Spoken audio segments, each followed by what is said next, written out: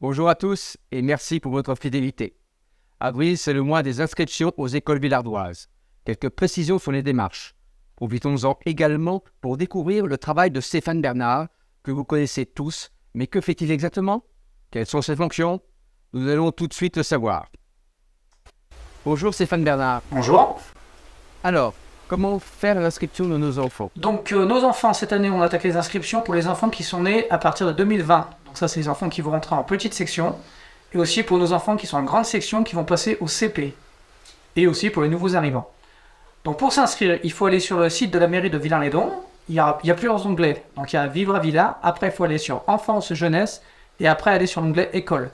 Une fois que vous arrivez là, vous allez chercher la fiche de préinscription. Donc il faut la télécharger. Une fois que vous avez téléchargé cette feuille, il faut prendre rendez-vous avec moi-même, c'est tout inscrit en bas de la feuille. Il y a mon numéro de téléphone et mon mail pour finaliser l'inscription. Donc vous venez à la mairie, c'est au rez-de-chaussée, premier bureau à gauche quand vous arrivez à la mairie. Donc je vous reçois que sur rendez-vous à partir du 1er mars et cela jusqu'au 12 mai. Une fois que la fiche a été validée par mes soins, il faudra prendre rendez-vous pour les enfants qui rentrent en maternelle avec la directrice de l'école maternelle et pour les enfants qui rentrent en élémentaire avec le directeur de l'école élémentaire. Des précisions à apporter? Donc maintenant, je viens de vous parler de la généralité pour les inscriptions. Il y a aussi des petites précisions à voir. Sur la fiche de préinscription, tout en bas, vous avez des cases à cocher par rapport à ceux qui viennent au restaurant scolaire, au transport scolaire et au centre de loisirs. Pour nous, c'est juste pour statistiques. Ça n'équivaut pas à une inscription. Donc il faudra bien penser à faire inscription auprès de ces associations-là. Donc pour le restaurant scolaire, je vous indique leur mail. Les transports scolaires, c'est au niveau de la région. Et pour le centre de loisirs, c'est au niveau du centre social. Voilà. Il y a aussi sur notre site les enfants qui ne font pas partie du RPI. Ce qu'on appelle le RPI, c'est ceux qui habitent domiciliés à Villars, sur Birieux, Bouligneux ou La Pérouse. Donc tous les enfants qui habitent dans les autres communes, il faut qu'ils s'inscrivent par dérogation. Donc pareil, le papier de dérogation est à trouver sur le site au même endroit que la fiche de préinscription. Après cela, nous, on a une réunion une fois par mois pour ces dérogations-là, pour les faire valider ou pas. Et cette année, c'est une petite nouveauté, on a une convention qui doit signer entre les deux municipalités, celle qui accueille l'enfant et celle qui laisse partir l'enfant, parce qu'il y a des frais de scolarité à régler pour la partie des enfants qui viennent chez nous, ou comme nous, si on a des enfants qui partent dans d'autres communes, on a des frais de scolarité à donner. Quelles sont vos autres missions au sein de la collectivité? Donc mes missions pour la commune, donc moi je suis coordinateur aussi de tout ce qui est temps méridien. Donc sur le temps méridien, je m'occupe de 16 agents au niveau de l'école élémentaire, qui s'occupent des enfants sur le temps méridien, et on a aussi 10 agents sur l'école maternelle. J'ai aussi en gestion l'intervenant sport qui intervient sur l'école élémentaire et l'intervenante musique qui intervient sur les deux écoles, maternelle et élémentaire. Je suis responsable aussi du CMJ, c'est le conseil municipal jeune. C'est des jeunes élus qu'on a au niveau de nos écoles, donc école élémentaire et collège, donc du CM1 jusqu'à la 3e. Et on a aussi inclus maintenant des lycéens, parce qu'on fait les votes jusqu'à la 3e, donc ils ont encore un an du moment qu'ils sont au lycée. Vous participez également à des projets? J'interviens aussi avec beaucoup de partenaires sur beaucoup de projets. Donc beaucoup avec le CCRS, les écoles, les maisons de retraite, beaucoup d'associations sportives aussi. Voilà, donc on a beaucoup de projets, comme par exemple, il y a aussi la fête de la musique. Là, on a la semaine bleue, on a la grande lessive, on a le carnaval au niveau des écoles. Eh bien, merci Stéphane Bernard pour ces précisions. Poursuivons avec un point sur les travaux en cours. Après l'accueil, c'est au CCS et à la police municipale de descendre au rez-de-chaussée. Création du bureau et accueil du public pour la police municipale, création d'un bureau CCS et réaménagement de la salle des expositions en salle de réunion pour accueillir 19 personnes. Début des travaux à partir de lundi 27 mars pour un mois. Travaux d'extension du restaurant scolaire pour une durée de 5 mois. La réunion de débarrage de ce chantier a eu lieu mercredi 22 mars. Petit rappel, les travaux rue du Budget sont prévus jusqu'au 27 avril 2023. Sécurité, l'accès au site de la POAP, y compris le local du tennis de table, est interdit en raison du risque de chute d'arbres. La signalisation est en place et l'interdiction est applicable jusqu'à la sécurisation du site. Ce point de travaux vous permet, comme ça, entre autres, d'organiser vos déplacements dans le village. Autre sujet à présent, innovant. Des lentilles dans la Dombe grâce à la communauté de communes et en plus, on les mange. Isabelle Dubois, présidente de la communauté de communes de la Dombe, avec notre maire, ont remis 10 kilos de lentilles à Alain Braun, responsable du restaurant scolaire. Mais retrouvons notre reporter en compagnie de la présidente pour vous apporter des précisions. Bien. Alors, est-ce que vous pouvez nous dire, Madame Dubois, ce qu'il en est de l'origine de ce projet, de cette culture de lentilles en Dombes? Alors, c'est parti en fait d'une propriété de la communauté de communes sur la commune de Valin. Donc, la communauté de communes est propriétaire d'un étang et également de terres agricoles. Et l'objectif, c'était avec un groupe d'agriculteurs, nous avons souhaité mettre de nouvelles pratiques en forme, en lien bien évidemment avec le dérèglement climatique. Donc aujourd'hui, nous avons 6 parcelles de terrain qui nous permettent en tout cas de mettre 6 cultures différentes et la lentille en faisait partie. Bien, c'est donc un projet très innovant. Est-ce qu'aujourd'hui, on peut avoir des résultats chiffrés sur cette production ? Alors effectivement, c'est la 3e année, 2022 était la 3e année de cette plantation. Les 2 premières années, malheureusement, n'ont pas abouti parce qu'il y a eu beaucoup de pluie et la lentille n'a pas trop besoin de pluie. Par contre, 2022, ça nous a permis de récolter un peu plus de 600 kilos de lentilles. Et en tout cas, après tri, puisque malgré tout, il y a quand même pas mal de déchets. 440 kilos de lentilles ont pu être produites. Un beau résultat, donc. Et donc, que vont devenir ces lentilles Alors, Villars-les-Dombes fait partie de la 2e commune où nous avons distribué ces lentilles. C'est amener le mieux manger, et du moins amener manger localement à nos enfants dans les restaurants scolaires. Donc précédemment, j'étais sur la commune de Chalamont. L'objectif, c'est d'aller vers toutes les communes qui cuisinent sur place. Et nous avons également fait une opération pour la Banque alimentaire de l'Ain à Bourg-en-Bresse la semaine dernière, où 170 familles vont pouvoir bénéficier des lentilles de la Dombe.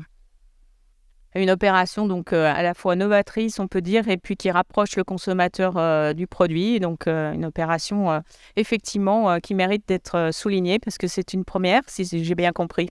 Voilà. Eh bien, merci beaucoup pour cette interview. Merci. Après la restauration, place aux festivités avec le carnaval et la chasse aux œufs. Un après-midi festif se prépare. Le 7 avril, le carnaval organisé par le Sceau des écoles débutera à 16h30 avec diverses activités dont une pizza party. Soyez nombreux à venir vous amuser. Cette année, pour des raisons d'organisation, la chasse aux œufs a été reportée au dimanche 23 avril. Nous attendons de nombreux jeunes Villardois qui pouvaient s'inscrire en mairie jusqu'au 31 mars. Bonne chasse à tous. Restons avec les enfants avec la présentation d'un atelier secourisme qui leur est dédié. Et oui, on ne porte pas secours à un enfant de la même façon qu'à un adulte. Information en images. Parlons prévention et secourisme. À Villars, des actions ciblées vers la prévention des accidents sont initiées. C'est ainsi que le 10 mars, une formation aux premiers secours pour les bébés et enfants a été organisée dans une structure privée. C'est un pompier et formateur secouriste professionnel qui l'a animée. Cette formation d'une durée de 3h30 permet à tous de s'initier aux fondamentaux en matière de premiers secours auprès des bébés et des enfants en bas âge. En bref, cela permet de rassurer et de sensibiliser les adultes aux accidents domestiques des enfants. Si cela vous intéresse, les prochaines formations auront lieu les vendredis 21 avril et 12 mai de 18h à 21h30. Dans nos prochaines éditions, nous vous tiendrons informés des prochaines actions à venir, notamment avec nos pompiers. Restons sur la santé. Venez donner votre sang le mercredi 3 mai. Pensez à réserver votre créneau horaire. Votre don est essentiel. Il est temps de retrouver le coup de cœur de la médiathèque, les animations, ainsi que le programme du cinéma. Bonjour, je vais vous présenter le programme d'animation à la médiathèque au mois d'avril. Exposition par le pouvoir du manga du 1er au 30 avril. Cette exposition chemine à travers l'histoire du manga et de son arrivée en France pour faire découvrir comment il est devenu un véritable phénomène culturel. Le tout agrémenté d'anecdotes et de nombreux conseils lecture. Immersif et ludique, un jeu et une enquête vous attendent en fin d'exposition. Complété par une sélection de mangas. Mardi 4 avril à 20h30, café littéraire en partenariat avec Domino. Venez écouter, partager vos lectures, présenter un coup de cœur lors d'une soirée autour d'un café, thé, tisane. Mercredi 5 avril et 19 avril, de 15h30 à 17h30, 2 ateliers d'initiation et de perfectionnement au dessin manga avec la dessinatrice et scénariste Nobuko Yan. Samedi 8 avril à 10h, récré à conte. Jeu de doigts, comptines et contes par Françoise Tournel, la colporteuse des mots, de 10h à 10h30 pour les enfants de 2 ans à 5 ans, de 10h45 à 11h30 pour les enfants de plus de 7 ans. Les jeudis 6, 13, 20 et 27 avril, de 10h à 11h30, la médiathèque, en partenariat avec la bibliothèque départementale de Fray-de-Lin, vous propose 4 ateliers d'initiation à l'outil informatique avec une conseillère numérique, gestion des fichiers et de sa boîte mail. Ce mois-ci, nous faisons un focus sur le manga. Vous pouvez apercevoir notre exposition par le pouvoir du manga.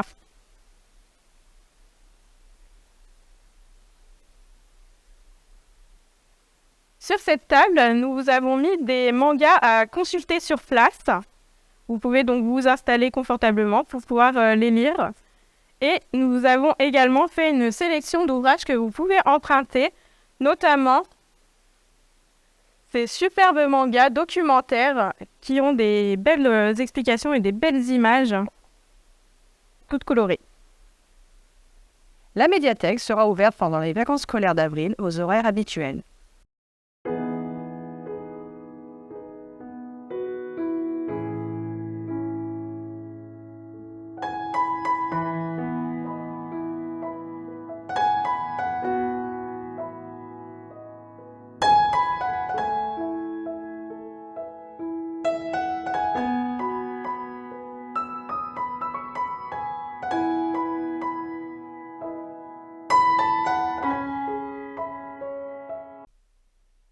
L'opération conduite.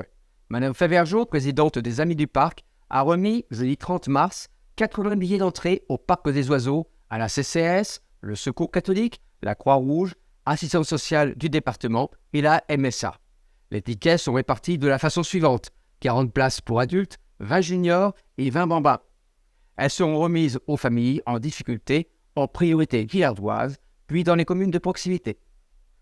Comme de coutume dans la région, les conscrits ont défilé le mois dernier. La bonne humeur et la joie de se réunir étaient de la partie. Mais en mars, il n'y a pas que les conscrits. On a fait la grande lessive et on a couru en duo. Organisée et animée par les 40 ans de la classe en 3, la traditionnelle fête des conscrits qui rassemble toutes les classes d'âge s'est déroulée le dimanche 5 mars. Rendez-vous a été donné à tous les conscrits dimanche matin pour la distribution des chapeaux et cocardes avant la photo de groupe. Le défilé de la vague dans les rues de Villars a été emmené par la fanfare. Comme à l'accoutumée, c'est dans une ambiance festive et conviviale que s'est déroulé le repas des conscrits jusqu'au bout de la nuit. Le 23 mars, une exposition itinérante, La Grande Lessive, a installé ses œuvres sur le jardin public de la place de l'école de Villars. Il s'agit d'une installation artistique éphémère réalisée au moyen de fils et de pinces à linge et qui a pour objectif la promotion de la pratique artistique et de développer le lien social. Cette initiative originale a lieu au printemps. Pour cette année, à Villars, la Grande Lessive a eu pour thème « Ma cabane est la tienne ». Cette démarche artistique initiée au niveau national a mobilisé les petits et les grands et a connu un grand succès. Victime de son succès, la course du haut en dombe affichait complet pour cette 11e édition qui a eu lieu dimanche 26 mars.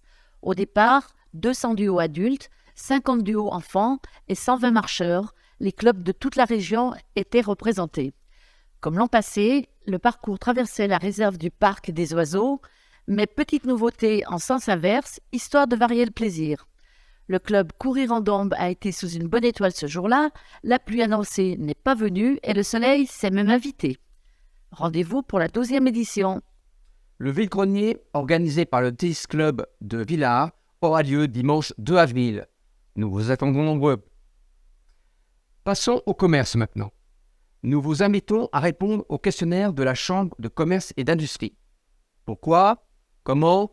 Voici quelques explications. Villardoise, Villardois, parlons centre-ville. Dans le cadre du projet Petite Ville de demain, un questionnaire à remplir par tout un chacun est proposé par la Chambre de commerce et de l'industrie afin d'identifier vos besoins et vos attentes en matière de commerce et de services dans le centre-ville, en complément de l'offre déjà existante. Vous pouvez vous procurer ce questionnaire auprès de l'accueil ou le télécharger sur le site de la mairie et après remplissage, le déposer dans la boîte aux lettres. Soyez acteur de l'attractivité de votre centre-ville en participant à cette enquête rapide. Notre édition touche à sa fin. On se quitte avec vos œuvres pour la grande lessive. Portez-vous bien et rendez-vous le mois prochain.